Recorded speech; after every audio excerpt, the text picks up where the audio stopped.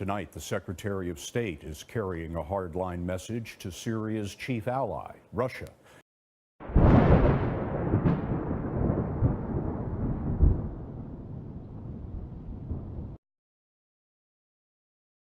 And Margaret Brennan is in Moscow.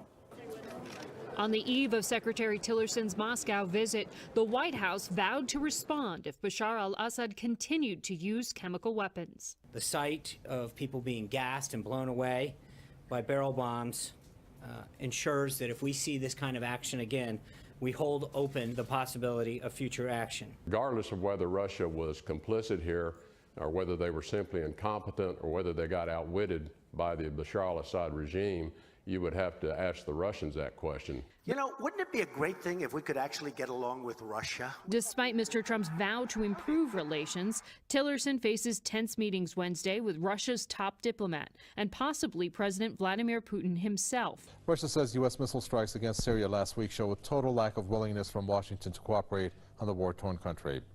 Speaking to reporters, Kremlin spokesman Dmitry Peskov also said renewed calls for Syrian President Bashar al-Assad to step down will not help resolve the crisis.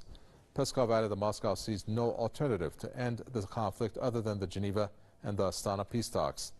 The Kremlin spokesperson has also revealed the U.S. Secretary of State Rex Tillerson will not meet President Vladimir Putin during his visit to Russia later this week. The UK's foreign minister meets his US counterpart Rex Tillerson on the fringes of the G7 meeting in Italy.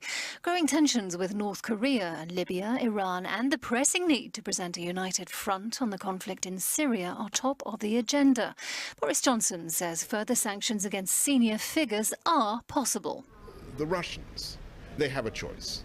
And that choice is to stick like glue to the Assad regime, with all that entails, that toxic regime that poisons its own people and indeed is poisoning the reputation of Russia, or to work with the rest of the world. Dozens of protesters have clashed with police as they try to break through the security cordons sealing off the G7 talks in Italy. Scuffles broke out as marchers chanting "Police go away" were stopped by a line of officers in the central Italian city of Lucca. Officers wielding batons managed to push the protesters back. However, media report that 6 or 7 officers were slightly injured during the scuffles.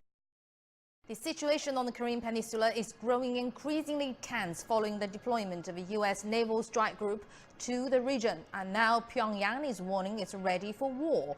The Carl Vinson strike group headed to the peninsula during the weekend after cancelling a planned trip to Australia, and the show of force comes as Washington signaled it may act to shut down Pyongyang's nuclear capabilities. And the DPRK official KCNA news agency cites a foreign ministry spokesperson saying this proves that the U.S. reckless moves for invading have reached a serious phase. He says the country is ready to react to any mode of war desired by the U.S.